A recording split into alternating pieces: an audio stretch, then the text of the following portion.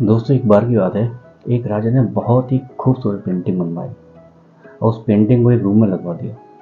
अब प्रजा के कुछ लोगों से बोला कि आप उस कमरे में जाओ और उसमें एक पेंटिंग टंगी है, उस पर जो भी आपको कमी लगे उस पर एक सर्कल करके चले आना।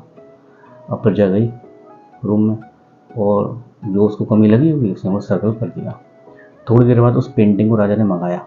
अब जब उस पेंटिंग को मंगाया राजा ने, तो देखा उस पेंटिंग में, पेंटिंग जो रियल थी वो तो दिख ही नहीं रही थी, उस पर सिर्फ सर्कल ही सर्कल दिख रहे थे। मीन्स लोगों को उस पेंटिंग में बहुत सारी कमियां दिखी। राजा ने कहा कोई बात नहीं, फिर सेम वही पेंटिंग दूसरी मंगाई और उसको फिर उसी रूम में लगवा दी। अब प्रजा के कुछ और लोगों को, जो पहले आए थे उनको नहीं, दूसरे लोगों को फिर से बुलाया। अब कहा इस पेंटिंग में आपको जो भी अच्छाई दिख रही है वो जगह एक सर्कल कर देना।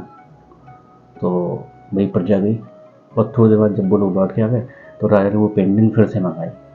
अब जब मंगाई तो उस पेंटिंग में राजा बड़ा हैरान, उस पर लोगों को एक भी अच्छाई नहीं दिखी कि उस पर एक भी सर्कल नहीं था, जबकि इतनी खूबसूरत पेंटिंग थी। तो लोगों को कुछ अच्छा दिखा ही नहीं उसमें, बट कमियां लोगों को बहुत दिखी। तो दोस्तों ऐसे ही हमारे साथ होता है, हमें लोगों की कमियां, उसकी बुराइयां बहुत जल्दी नज़र आती हैं, लेकिन जब हम किसी के बारे में बोलते हैं कि इसकी कोई अच्छाई है या उसका कोई गुण अगर आपको दिख रहा है तो वो हमें नहीं दिखता जल्दी से। तो जिस दिन हम लोग ऐसा सोचेंगे ना कि हम बुराई की जगह, कमी की जगह अच्छाइयाँ खोजना शुरू करेंगे ना, तो ये दुनिया बदल जाएगी।